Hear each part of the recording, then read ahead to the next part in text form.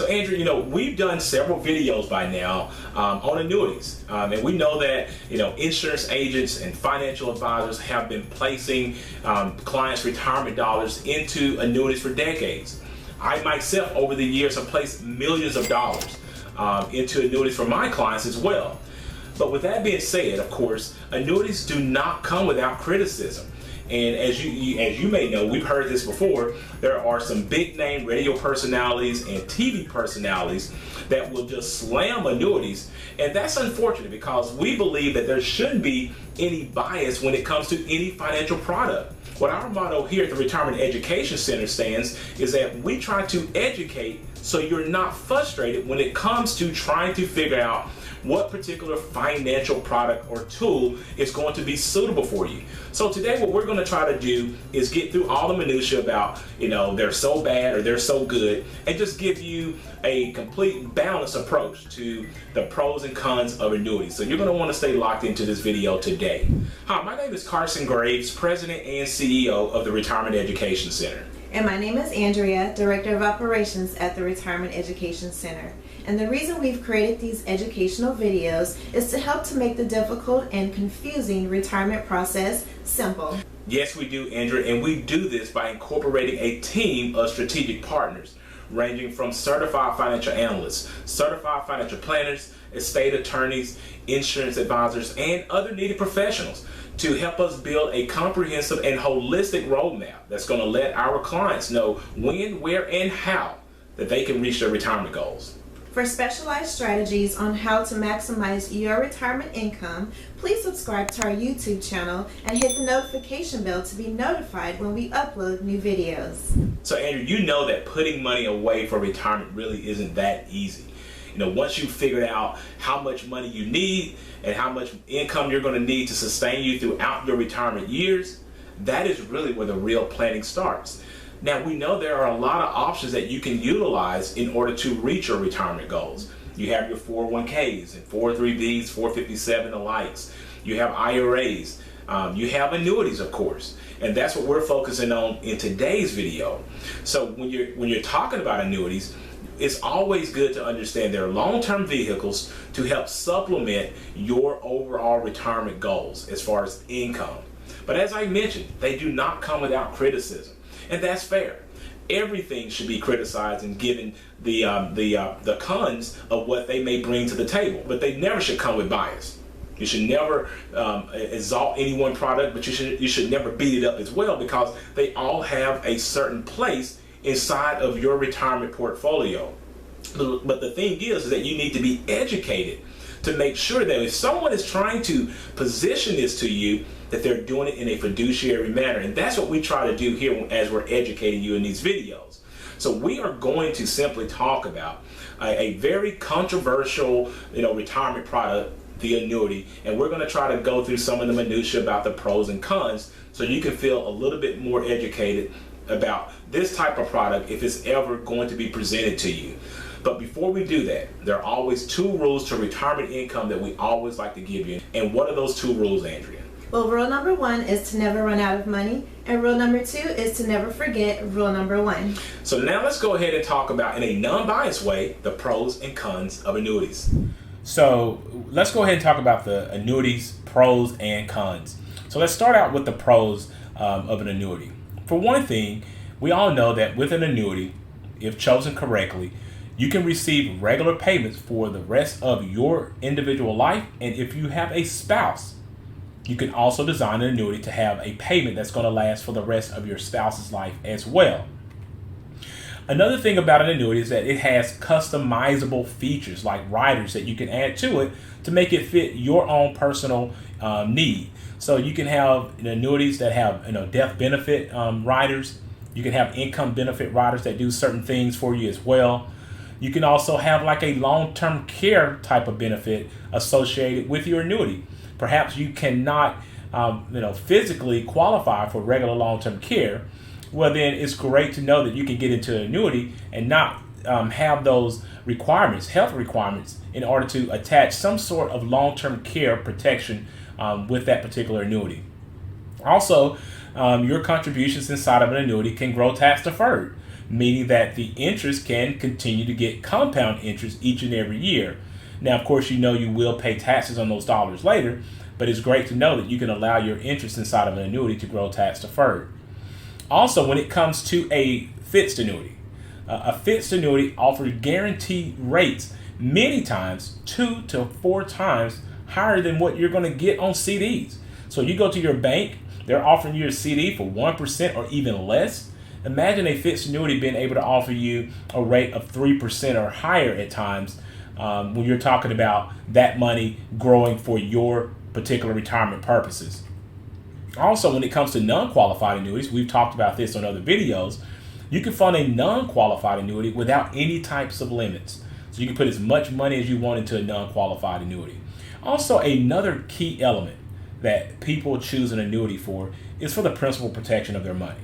With most annuities, you will not have any loss to your principal if there is a market downturn. There is an exception, and that's a variable annuity. But when you're talking about a fixed or fixed index annuity, you don't have any loss to principal if the market actually goes down. Now, with all of these pros, we know, and like I mentioned, every retirement tool, basically almost every situation in life is going to have some sort of disadvantage to it as well. So let's go ahead and cover some of the cons to an annuity.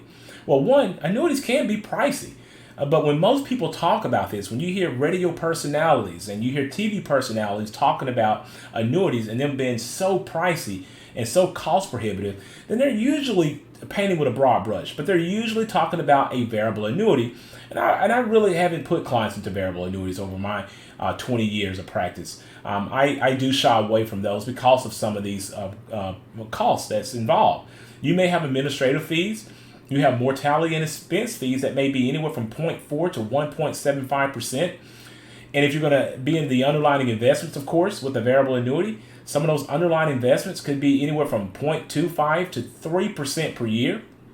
And if you want to add a rider, like you can do in other annuities, that's going to come with a cost as well. And that may be 1 to 1.5% for that rider. Now, as we mentioned, fixed annuities, they don't have any fees associated with them at all. And when we're talking about fixed index annuities, they only have selective fees only. That's if you want to add one of these riders to give you some of these other tangible benefits that may be for yourself and or your family. And even in that case, those riders can be anywhere from 0 to 1.5%, depending on what company it may be. But that's it. But when we're talking about a variable annuity, we're talking about fees being anywhere from 3 and as high as 5% or more before you even start seeing a return.